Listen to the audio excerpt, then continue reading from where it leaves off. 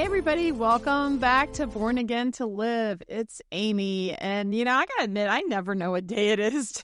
Never. But I think it's like Tuesday, so. Tuesday the 13th. Awesome. The only reason I know is I have a notebook where I keep track of all the Bible verses and titles and episodes, and so I keep a running tally of where we're recording. So yeah, Well, that's the only reason I'm smart. Aren't you organized? All right. I learned from this really incredible lady, Amy Tubbs. Well, I was saying earlier, one of our breaks, I want to do Tuesday Blues Day. And on these days, I want to just interview some of our friends and volunteers here at Big Blue. So maybe someday we'll have a Blues Day Tuesday. If we ever get off this dang David.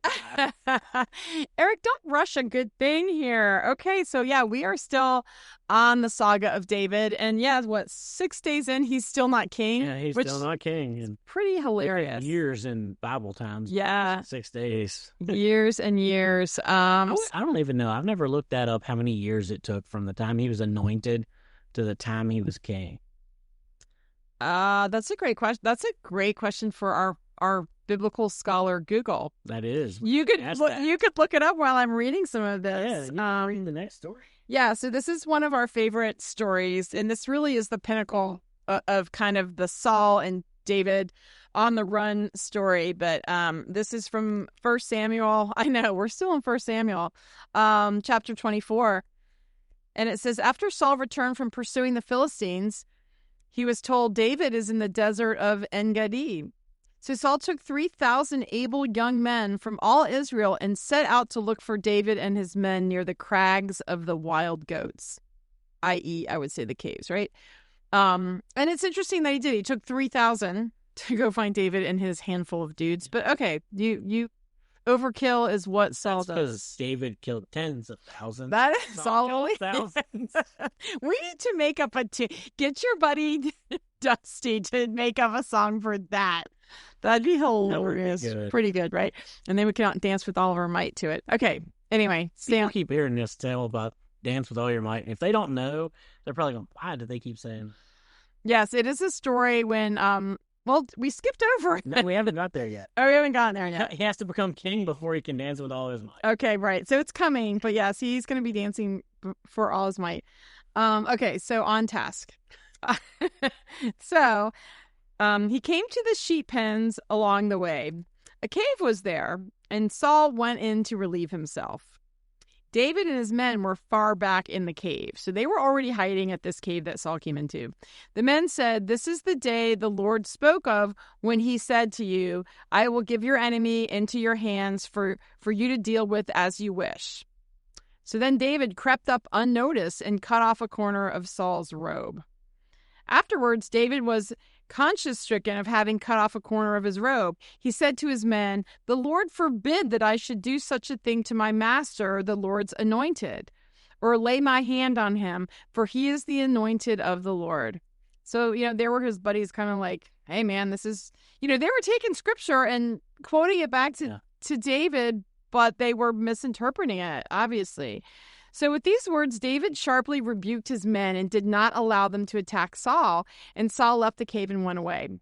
Then David went out to the cave and called out to Saul. This is Eric's favorite part. "My lord the king."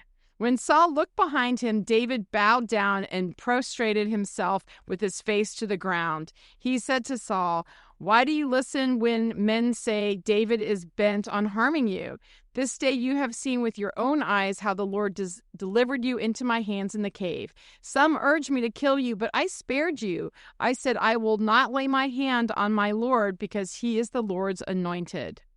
See, my father, look at this piece of your robe in my hand. I cut off the corner of your robe, but did not kill you.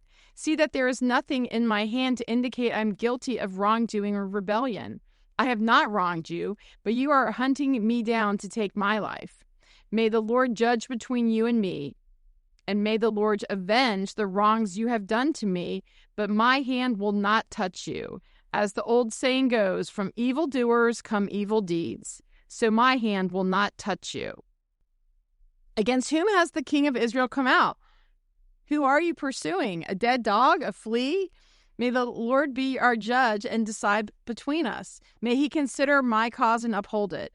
May he vindicate me by delivering me from your hand." When David finished saying all this, Saul asked, "Is that your voice, David, my son?" And he wept aloud. "You are more righteous than I," he said. "You have treated me well, but I have treated you badly. You have just now told me about the good you did to me. The Lord delivered me into your hands, but you did not kill me. When a man finds his enemy, does he not let him go unharmed? May the Lord reward you well for the way you treated me today. I know that you will surely be king, and that the kingdom of Israel will be established in your hands. Now swear to me by the Lord that you will not kill off my descendants or wipe out my name from my father's family." So David gave his oath to Saul. Then Saul returned home, but David and his men went up to the stronghold. I don't know. I love that story. It's just the fact that David had him delivered in his hand, snuck up behind him, and all he did is cut off a corner of his robe, and he still felt guilty. Yeah. Like, where's his heart? Well, and like you said, and there he is calling out to Saul, my king. He calls him my father, right? Like saying the anointed of the Lord when he has been anointed. That's the respect he had for that original anointing to Saul. Yeah. Well, it was a very exclusive club. If you've been anointed by the Lord to be king, it is a club of two people. So maybe he just had a kindred spirit with that dude. I don't know, but yeah, and he did. He kind of called out Saul. He's like, "Look, I don't know why you keep trying to kill me. I have done nothing to you, but and he sort of acknowledged his evil deeds. Out of evildoers come evil deeds, and obviously Saul seems to be past his anger at this stage and a little more resigned to his fate. Wouldn't you say? Like, he's accepted the fact that, well, David, you are going to be king, and all he asks is that you don't take out my family and erase my name. So, like I said, I love there's so much in there about the whole, he could have killed him, he didn't, and he kind of says, "Hey, I could have done that, but why are you after me?" Because obviously I could have ended your life right there. This whole thing's over. Instead, let God's plan again unfold the way it's supposed to go. Yeah. Again, David's friends though are like, "Hey, there he is. Go get him, guy." And like, "No, I'm gonna go up here and cut his robe and then feel guilty." Like, I don't know, David, a man after God's own heart. Like, he shows a lot of integrity, I believe, and patience. Yes. Woo. That keyword, patience. Our master Google. Okay. For 22 years. So for 22 years, from the time he was anointed by Samuel until he took the throne. It says David was anointed a future king at around age 15. Okay. And did not become king of Israel until he was around 37. Wow. 22 years. He had to wait for God's plan to unfold. No wonder that his friends were like, "Kill him. Let's be done with this. It's been 20 years, dude." They wanted the benefit of being friends with the king. Yeah, they did. Just get it over with, man. We go sit on a throne, we'll be good. But yeah, 22 years. Wow. So if you're out there and you've been praying for something, until you've waited 22 years for something God has shown you without a doubt, you're nowhere near David's. Well, and again, he was just such a brilliant conquering hero during this Goliath thing. And you would think it's just like nothing but the moon, kid, like you would just think he'd have this meteoric rise. And yet for 22 years, he was just running and hiding and struggling and putting up with a lot. So all that fame didn't get him where he needed to be until God was ready to elevate him. And I'm sure he was teaching him a lot during that time. I mean, for 22 years, that it's condensed into a handful of chapters in First Samuel. So no wonder that guy wrote a bunch of books on him. There's some stories that need to unfold. Oh my goodness. All right, so now I'm going to skip over to 25 of First Samuel, and Samuel dies. Yeah. That was a big thing because he was the last real big prophet before the kings started and judge. Yeah. So they called him seers, and he was one of God's people. Like, so for him to die, the entire country kind of shut down. Yeah. And they come to worship and mourn for this man. And And it doesn't have much. It's got one verse about his death, and it basically says, "Now Samuel died, and all of Israel assembled and mourned for him, and they buried him in his house in Ramah." That's it. Like, the man had this huge life and wrote there's 2 books wrote. I wonder his name. I don't know who actually wrote the book. Yeah. But obviously Samuel can't write books after his death, and a lot of this happened after his death, so it's kind of one of those, somebody else wrote them. Yeah. But maybe David. Who knows? I mean, Samuel definitely lived that buffet life. Yeah. Right? He survived a lot and saw a lot, and yeah. I like, the show that I watched on Amazon. The character who they got for Samuel, he cracked me up. Like, yeah. He's this little old beardy, white-haired guy, but he was like so spry. Like, he was just like always full of energy, and at one point he actually like fought Jonathan or somebody. Anyways, he got in this fight with somebody and like beat him, and that's kind of funny because it was like, wow, that's kind of funny. Like, I like that guy. He kind of sounds like a Yoda to me, like a little bit. It seemed like yeah, it was like Yoda. Okay, maybe that's how they played that off. Oh man, is it May the 4th? Did we miss our chance to say May the 4th be with you? We did. Oh wait, it was on a record. It was on a weekend. Sunday. Darn. But okay, so Samuel is. That was the day I was at the concert. Right. Yeah. So I bet they made a whole bunch of jokes on there. I missed them. Probably.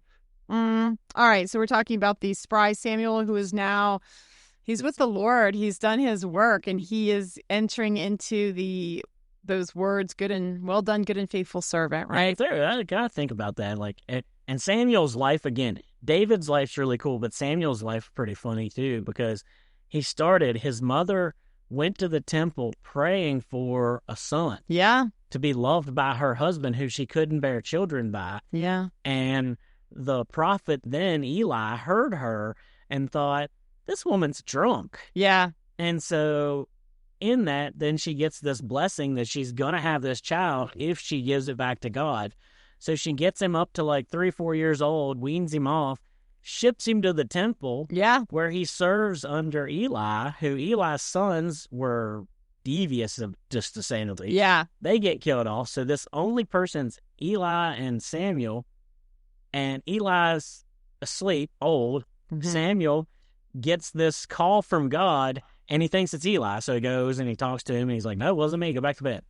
So he gets it again. He goes and he says, no, it wasn't me. Go back to bed. And the third time he gets it, and Eli goes, I know what's going on. Mm-hmm. So he says, next time, tell God, I am your servant, and here I am. Talk to me. And from that point on, Samuel was the prophet of God. Mm-hmm. So his life started because all of this stuff, and he goes to this big, great prophet, anoints the kings. And yeah.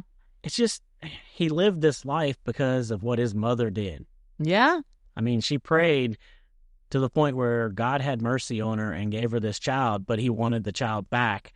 So they got the child back, and she would come visit him, of course, in the temple and everything, but still, he was God's anointed from the beginning in that temple. So it's kind of cool that he did all that, and he gets one verse when he dies. I know. Well, exactly. But the other thing is, again, going back to those books that you read, I'm sure there were tons of conversations between Samuel and David, right? Because he starts out as 15 being anointed. I'm sure he was like knocking on his door every day, like, okay, Samuel, so what does this mean to be king? What do I need to do? What do I need to learn? Like, teach me.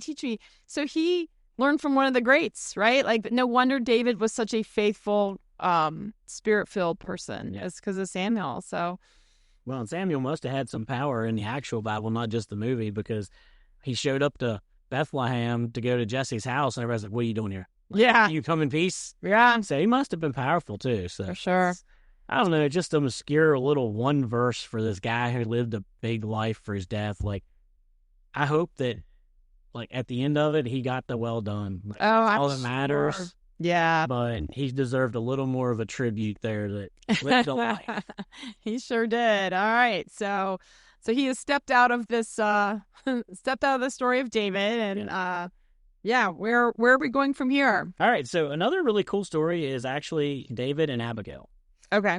I was just going to paraphrase this entire story. But David went to this town, and there was a man named Nabal, mm-hmm. and his wife, and the name of his wife was Abigail. All right. So, anyways, David comes to Nabal and asks for supplies for his army. Mm-hmm. And Nabal says, absolutely not. And David becomes pretty mad. Yeah. And decides he's going to wipe this place off the map. Like, it's one of the few times where he shows anger. Yeah. And he's like, I'm just going to take them out. Like, all the young men come with me. We're going to wipe out everybody in this little town because of Nabal.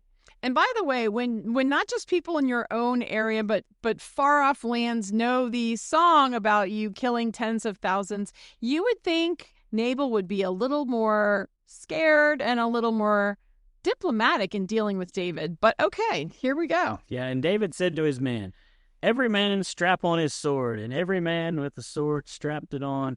David also strapped on his sword, and about 400 men went up with David, while 200 remained with the baggage. Like, he's taking he was mad. He's just like, get ready, we're going to war. Yeah. And the reason this story is kind of funny to me is so Abigail comes out and meets David along the way with all of these supplies and says, disregard my husband, he was drunk. Yeah. Yeah. So she keeps the peace. She kind of tells David, like, hey, listen, it's okay. My husband's a weird guy. He doesn't really know what he's doing and all this stuff. So later on, Nabal dies. Yeah. And David takes Abigail to be a wife. Mm-hmm. And it's kind of funny because she showed characteristics of a good leader there, because she knew to save her people, she needed to please David in that moment of just giving them supplies, being courteous, being kind, treating them like that. I mean, they really are outcast or prisoners of war or whatever, refugees, technically, because they're just kicked out of their country because Saul's after them. So they're wandering around the neighboring towns and everything. And when they come upon this town, you're supposed to treat people with a certain kind of hospitality. And David expected Nabal to be like, yeah, sure, you want what you want, we'll give you all that and go on. And he's like, no, I'm not doing that. And David was ready to just, take them all the way down. And Abigail brought like lots of food. Like she knew like these soldiers are hungry. They've been on the go for a long time. Like, described like all this, fig cakes and, raisins and wine and bread. And like, she brought a ton of food. And I think one of the reasons why David married her was because he saw her as a very wise woman, and that was a characteristic that appealed to him. So the demise of Nabal, it starts in 36 of 1 Samuel 25.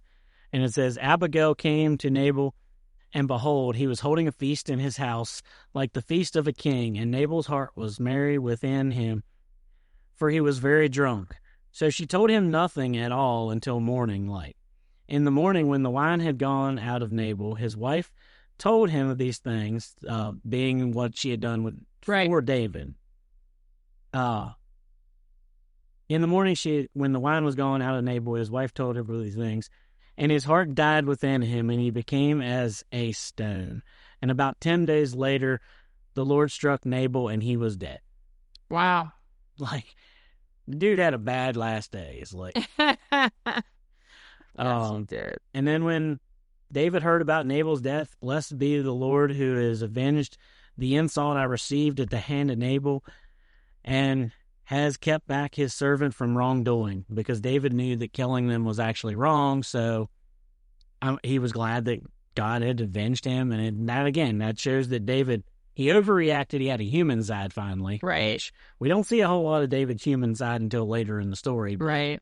And it's kind of, I guess, his reward for being faithful to God is he got Abigail. Yeah. Who's supposedly beautiful and smart, because she knew, hey, please David. Yeah, and let's just talk about how resourceful she was, because I was going back and I was reading like all this stuff that she did, and it said that she acted quickly, right? So she knew she knew that things were in trouble, and she's thinking of not just the best intentions for her, but for everybody, right? And so she took 200 loaves of bread, 2 skins of wine, 5 dressed sheep, So mind you, you have to not just shear them, but dress them, and not in clothing, Yeah. Someone's going to hear dress sheep and be like, what kind of outfit did they put them in? No, you're cutting up all the good pieces of meat. Okay.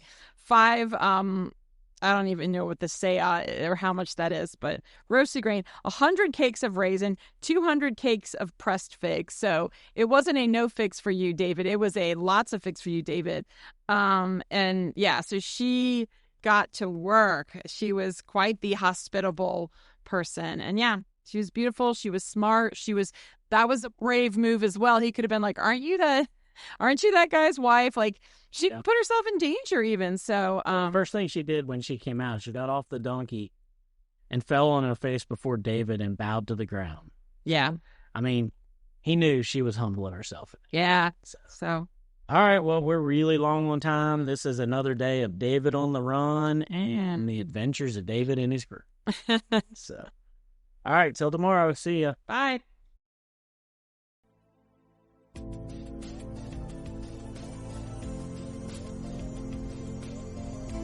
No longer fit tomorrow. No more shame. Hey guys, thank you for tuning in today. I really love that y'all joined in and you got this far. So here's a few things that we've asked for you to do. Please go to whatever platform you're on, because we're on all the major platforms. And if you're listening to this, you know that. So like, subscribe, share, and invite others to listen.